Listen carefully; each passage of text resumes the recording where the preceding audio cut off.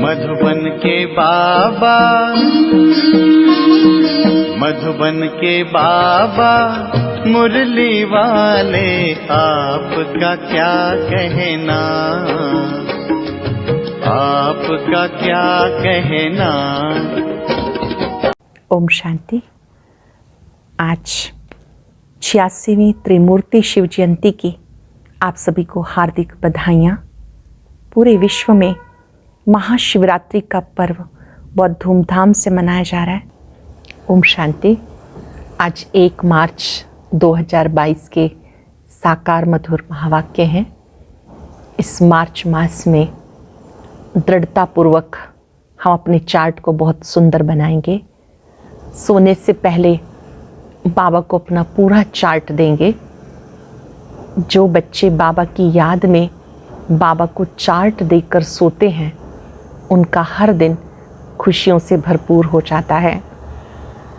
आज की मधुर मुरली में बाबा ने कहा, मीठे बच्चे, तुम्हें अपनी तकदीर हीरे जैसी बनानी है। पुरुषार्थ कर बाप से पूरा पूरा वर्षा लेना है। तुम्हें अपनी तकदीर हीरे जैसी बनानी है।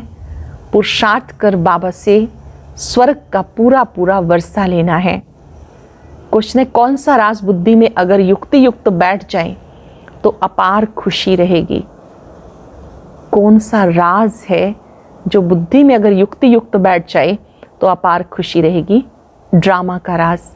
इस ड्रामा में हर एक्टर को अविनाशी पार्ट मिला हुआ है जो बजाना ही है। कोई कभी पार्ट घिसता मिटता नहीं। बनी बनाई बन रही, अब कुछ बननी नाही। चिंता ताकि कीजिए जो अनहोनी होए। इसमें हेर फेर भी नहीं हो सकता। कल्प पूरा होगा तो फिर से वही part second by second repeat होगा। ये बहुत गुह्य राज है। जो युक्ति युक्त बुद्धि में बैठे तो बहुत खुशी रहे, नहीं तो मूंझते हैं। बाबा कहते, बच्चे मूंझो नहीं, कंफ्यूज नहीं होना। बाप में निश्चय रख, पूरा वर्षा लेने का पुरुषार्थ करो। बाबा में पूरा निश्चय रख, पूरा वर्षा लेने का पुरुषार्थ करो। गीता, तुम्हें पाके हमने जहाँ पा लिया, जमी तो जमी, आसमां पा लिया। ओम शांति। मीठे मीठे ईश्वरीय बच्चों ने गीत सुना। ड्रामानुसार समझ में आता है कि अभी हम बने हैं ईश्वर के बच्चे। ईश्वर से तुम स्वर्ग का मालिक बनने आए हो अथवा स्वराज्य लेने आए हो। नरक के मनुष्य मात्र ये जानते ही नहीं स्वर्ग क्या होता है। तुम तो जानते हो बाबा स्वर्ग की स्थापना करते हैं, रावण नरक की स्थापना करते हैं। बाप स्वर्ग की स्थापना करते हैं, रावण नरक की करते हैं। ये भी कोई नहीं जानते। जानते हो बाबा से स्वर्ग की राजाई ले रहे हैं। जब कोई मनुष्य मरते हैं तो कहते हैं स्वर्ग पधारा। गोया अपने को कहते हैं हम नरक में हैं और सब नरक के मालिक हैं। ये बिल्कुल सहज बात है, मूंझने की दरकार नहीं। तुम्हारी तकदीर अब हीरे जैसी बन रही है। हीरे जैसी तकदीर बाप के सिवाय कोई बना नहीं सकता। बाबा हमारी तकदीर हीरे जैसी बनाते हैं, वैल्यूएबल बनाते हैं। जानते हो बाप से हम स्वर्ग का वर्षा ले रहे हैं। नर्क कितना समय चलता, कोई को भी समझाओ तो कहते सत्युग को तो लाखों वर्ष हुए। तुम God fatherly student, God father द्वारा स्वर्ग का वर्षा पा रहे हो, फिर बाबा को भूलते क्यों हो? ये बाबा को समझ में नहीं आता। जिससे आप स्वर्ग का वर्षा पा रहे हो ऐसे बाप को भूल जाते हो। बाबा ने कहा, पता नहीं, ये तो मुझे समझ में नहीं आता, तुम बच्चे मुझे क्यों भूल जाते हो। बाबा को ताज्जुब लग रहा है हम सब पे, बाबा को भूलते क्यों हो? ये बाबा को समझ में नहीं आता। तूफान बहुत आएंगे, तब क्या बिगर मेहनत के तुम स्वर्ग के मालिक बन जाओगे? कोई मरा तो कहते स्वर्गवासी हुआ, फिर रोते क्यों हो? तुम्हें तालियां बजानी चाहिए, खुशी मनानी चाहिए। अगर स्वर्ग में जाना इतना सहज है फिर तो सबको गोली दे दो, स्वर्ग में पहुंच जाएं। फिर यहाँ दुख में रहने की दरकारी क्या पड़ी? दुख में मनुष्य जहर खाकर भी मर जाते हैं। सिपाही कितने मरते हैं, एक दो को भी मारते हैं। बाबा कहते सबको समझाओ, जबकि स्वर्ग गया तो तुम रोते क्यों हो? जबकि वो स्वर्ग गया तो रोते क्यों हो? वास्तव में ना कोई स्वर्ग में जा सकते, ना वापस निर्वाण धाम में जा सकते। अब तुम्हें स्वर्ग में चलने का उपाय बाबा बताते हैं। स्वर्ग का रचयिता जब स्वर्ग रचे तभी स्वर्ग में कोई ले जाए ना। जब स्वर्ग का रचयिता बाप आया है, तुम बच्चे जानते हो, जब रावण राज शुरू होता है तो देवी देवताएं वाम मार्ग में चले जाते हैं। उसी समय से विकार शुरू हो जाते हैं। रावण राज्य कब शुरू होता उसका कोई दिन मुकर्रर नहीं। तुम बच्चे ये थोड़ा ही कह सकेंगे बाबा ने इनमें कब प्रवेश किया। जब साक्षात्कार हुआ तब आया या कब। साक्षात्कार तो भक्ति मार्ग में ऐसे ही होते हैं, पता नहीं पड़ता कि बाबा किस समय आया। श्री कृष्ण के आने की घड़ी दिखाते हैं, शिव बाबा की घड़ी आदि कुछ होती नहीं। बाबा तो मालिक है, कब आते हैं पता नहीं पड़ता। यहाँ मुरली से समझ जाते हैं। बाबा समझाते, मैं कालों का काल हूँ, मैं सबको वापस लेके गया था। सतयुग में थोड़े थे, कलयुग में कितने ढेर मनुष्य। सतयुग की जनसंख्या कितनी कम, कलयुग में देखो कितने ढेर। सभी आत्माओं को वापस जाना है। जरूर पंडा चाहिए ले जाने वाला। मैं रूहानी पंडा बनकर आया हूँ, तुम्हें ले जाऊँगा। नई दुनिया के लिए मैं तुम्हें पढ़ा रहा हूँ। नर्क स्वर्ग क्या है, कितना समय चलता, कब शुरू होता, कोई भी सन्यासी आदि नहीं जानते। रचता भी एक है, सृष्टि भी एक है। शास्त्रों में आताल पाताल आदि बहुत सृष्टियाँ बना दी, जिनको ढूंढते रहते, समझते एक एक स्टार में दुनिया है। बाबा कहते मैं फिर से तुम्हें गीता का ज्ञान सुनाता हूँ। क्राइस्ट को फिर अपने समय पे आना है। ड्रामा एक ही है। सतयुग में सिवाय देवी देवता राज्य के और कोई होता नहीं। अब तुम जानते हो बाबा से वर्षा लेने आए हैं। याद करते पतित पावन आओ, तो जरूर संगम पे आना पड़ेगा। अब तुम जानते हो हम यहाँ क्यों आए हैं, क्या लेने आए हैं। तुम कहेंगे हम बाबा का वर्षा लेने आए हैं, हम राजयोग सीख रहे हैं। कल्प कल्प वर्षा लेते हैं और गवाते हैं।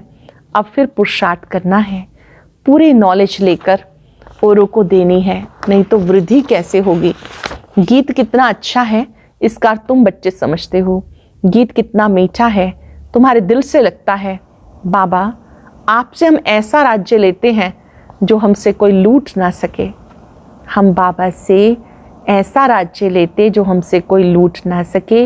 यह अविनाशी वर्षा जो अविनाशी बाप से मिलता है। अनादि वर्ल्ड ड्रामा अनुसार अथवा गीता के कथन अनुसार फिर से बाबा गीता सुनाने आया है, जिसमें राजयोग सिखाया था। शास्त्रों में तो अगड़म बगड़म कर दिया, युक्ति से समझाने वाला भी चाहिए। कोई कहते ज्योति ज्योत समा गया। आत्मा तो अविनाशी है, उसको पार्ट भी अविनाशी बजाना है। उसका पार्ट कभी घिस नहीं सकता, कभी मिट नहीं सकता। बनी बनाई बन रही, अब कुछ बननी नहीं, उसमें अदली बदली भी हो नहीं सकती। कितना वंडर है। छोटी सी आत्मा में अविनाशी पार्ट मूंधा हुआ है। कल्प पूरा होगा फिर ऐसे ही पार्ट रिपीट करेंगे। सेकंड बाय सेकंड जैसे कल्प पहले हुआ था ऐसे ही होगा। ड्रामा को पूरा युक्ति युक्त समझना है, विधि पूर्वक समझना है। कई तो इन बातों में मूंझते हैं। पहले तो बाप में निश्चय चाहिए कि बाबा से जरूर वर्षा मिलना है। कल्प कल्प भारत को ही मिलता है। 84 जन्म भी लेने पड़े, वर्ण भी जरूर समझाने हैं। ये स्मृति एक दो को दिलानी है। हम बेहद बाप से बेहद का वर्षा ले रहे हैं। सभी तो नहीं आकर पढ़ेंगे। देखते हो सेंटर खुलते जाते, जहाँ नरकवासी आकर स्वर्गवासी बनते हैं। सेंटर क्यों खुलते हैं? सेंटर पर आने वाली आत्माएं बाबा का ज्ञान सुनती हैं, तैयारी करती हैं कि हमें सतयुग में जाना है तो क्या क्या करना होगा। अपने को परिवर्तन करने का ज्ञान सीखती हैं। बाबा को लिखते हैं हम प्रबंध कर सकते हैं, मुझे कोई वस्तु में ममत्व नहीं। ये सब कुछ ईश्वर अर्थ है। अब आप जो राय दो, मैं भी लिखता हूँ, भले आपस में राय करो। जहाँ अच्छी लोकेलिटी हो वहाँ सेंटर ज़रूर खोलो। जहाँ पर भी अच्छी लोकेलिटी हो सेंटर खोलो। हिम्मते मर्दा मदते बाप। बाबा कितना खुश होता है, दिल में समझता है ऐसा दान तो अच्छा होता है। बहुतों को कौड़ी से हीरे जैसा बनाना, ये बड़े से बड़ी हॉस्पिटल भी है और कॉलेज भी है। ये बड़े से बड़ा हॉस्पिटल भी है, कॉलेज भी है। सिर्फ 3 पैर पृथ्वी चाहिए। कितना सहज रीति बाबा कौड़ी से हीरे जैसा बनाते। ऐसा बाबा रहते कितना साधारण है। जो बाबा कौड़ी से हीरे जैसा बनाता है वो स्वयं कितना साधारण रहते हैं। कहाँ आए हैं, कोई राजा के पास क्यों नहीं आए? कहते मैं साधारण बूढ़े तन में आता हूँ जिसने 84 जन्म एक्यूरेट पूरे किए। सतयुग का फर्स्ट प्रिंस ये है ना, इसका नाम रखा है श्याम और सुंदर। श्री कृष्ण जी को क्या कहते हैं? श्याम सुंदर। तुम बच्चे इसका भी अर्थ समझते हो। उन्होंने अर्थ को न समझने के कारण काला कर दिया। मुख्य शिव बाबा का लिंग भी काला, श्री कृष्ण राम को भी काला कर दिया। एक तरफ गोरा, दूसरी तरफ काला क्यों? जगन्नाथ के मंदिर में शक्ल ऐसी दिखाते जैसे अफ्रीकन लोग। कहाँ कहाँ नारायण को भी काला कर दिया, कहाँ लक्ष्मी को भी ऐसा दिखाते। अब वंडर लगता मनुष्यों की बुद्धि कैसी है। देवी देवताओं को भी काला कर दिया, कैसी बुद्धि है। यहाँ तक कि शिवलिंग को भी काला कर दिया। बाबा ही सत्य मत देते हैं अपने साथ मिलने के लिए। बाकी तो यज्ञ तप दान पुण्य आदि करते, मुफ्त में पैसे बर्बाद करते रहते। फिर क्यों कहते पतित पावन आओ? याद क्यों करते हैं? गंगा यमुना नाले आदि कितने हैं। बाबा ने भी बहुत तीर्थ किए।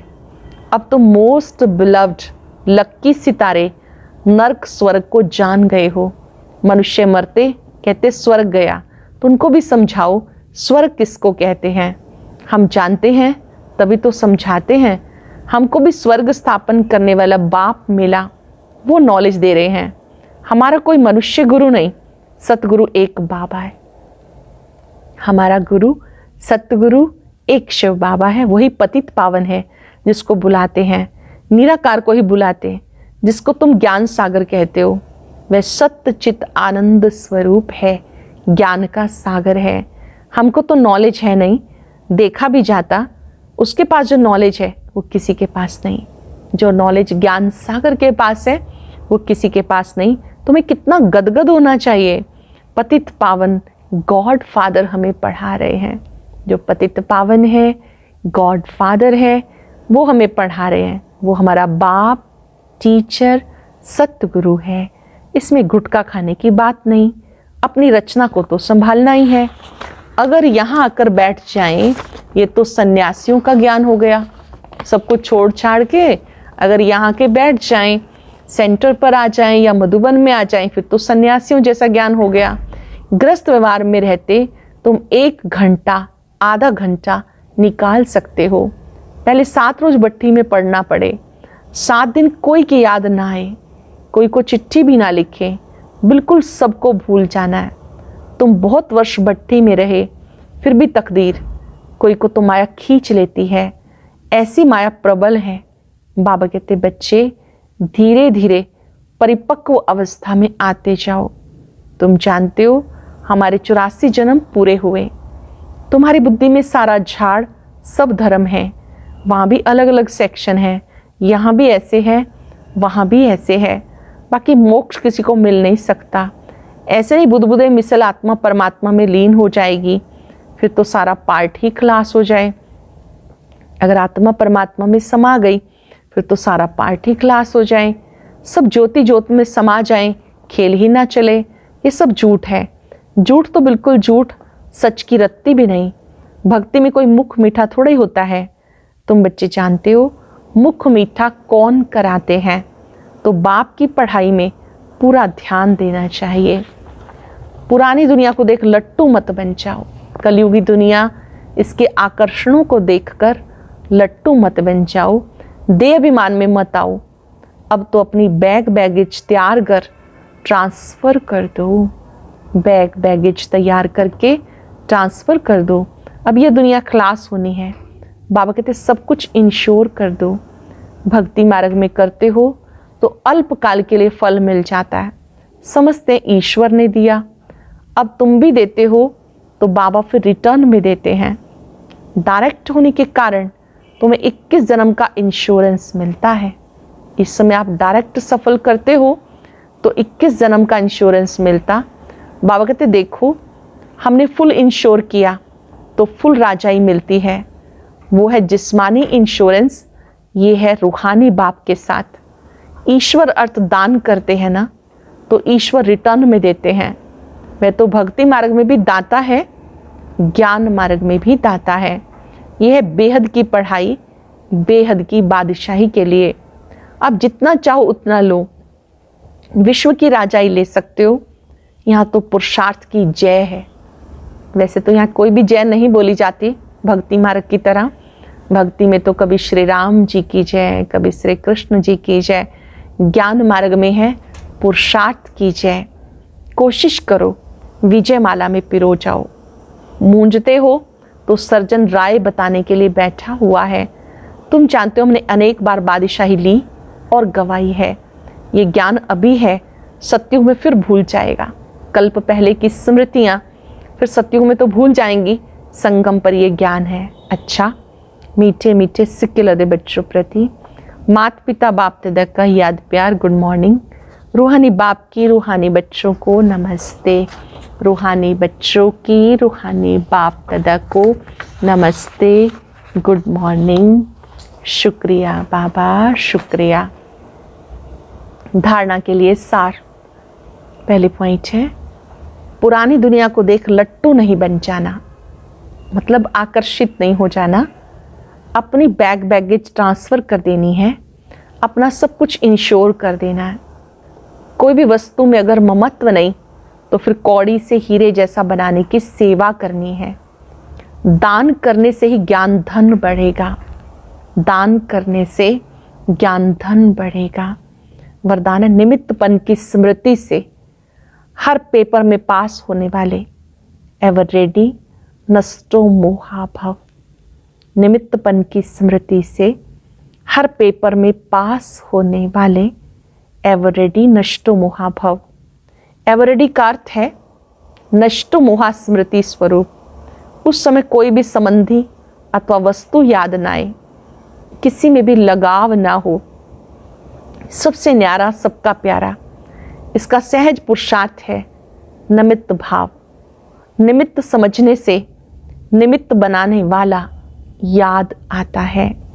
मेरा परिवार है, मेरा काम है, मेरा नहीं, मैं निमित्त हूँ। इस निमित्तपन की स्मृति से हर पेपर में पास हो जाएंगे। मैं केवल निमित्त हूँ, बाबा ने मुझे सेवा दी है, मेरा समाप्त कर दो, तो स्वतः ही हर पेपर में पास हो जाएंगे। एवरेडी का बहुत सुंदर अर्थ है नष्टो मोहा स्मृति स्वरूप। स्लोगन है, ब्रह्मा बाप के संस्कार को अपना संस्कार बनाना ही फॉलो फादर करना है। ब्रह्मा बाप के संस्कारों को अपना संस्कार बनाना ही फॉलो फादर करना है। और अब यह एक बहुत अच्छी वीडियो भी जरूर देखें।